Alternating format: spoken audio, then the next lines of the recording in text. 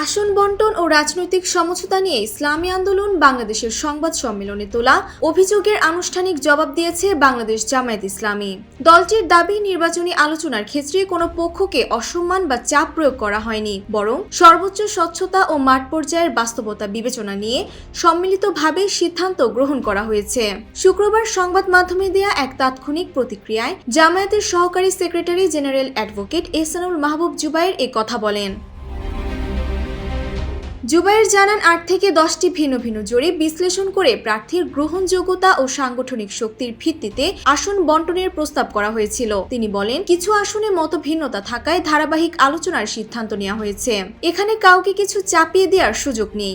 বর্তমানে 253টি আসনে প্রার্থী ঘোষণা করা হলেও জামায়াত 300 আসনেই প্রার্থী দেওয়ার প্রস্তুতি রাখছে বলে তিনি উল্লেখ করেন।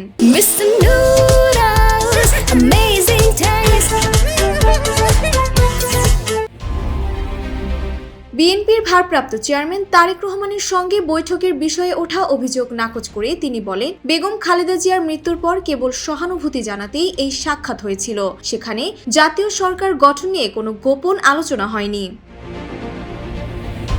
জামায়াতের বিরুদ্ধে শরিয়া আইন চালুর অভিযোগকে বিভ্রান্তিকর আখ্যা দিয়ে জুবায়ের স্পষ্ট করেন যে বাংলাদেশের বিদ্যমান সংবিধান ও আইনি কাঠামোর মধ্যেই দেশ পরিচালিত হবে। ইসলামী আন্দোলনের সঙ্গে সম্পর্ক প্রসঙ্গে তিনি আরও বলেন, এটি কোনো আনুষ্ঠানিক জোট ছিল না, বরং 8টি দলের একটি নির্বাচনী ঐক্য প্রক্রিয়া ছিল মাত্র।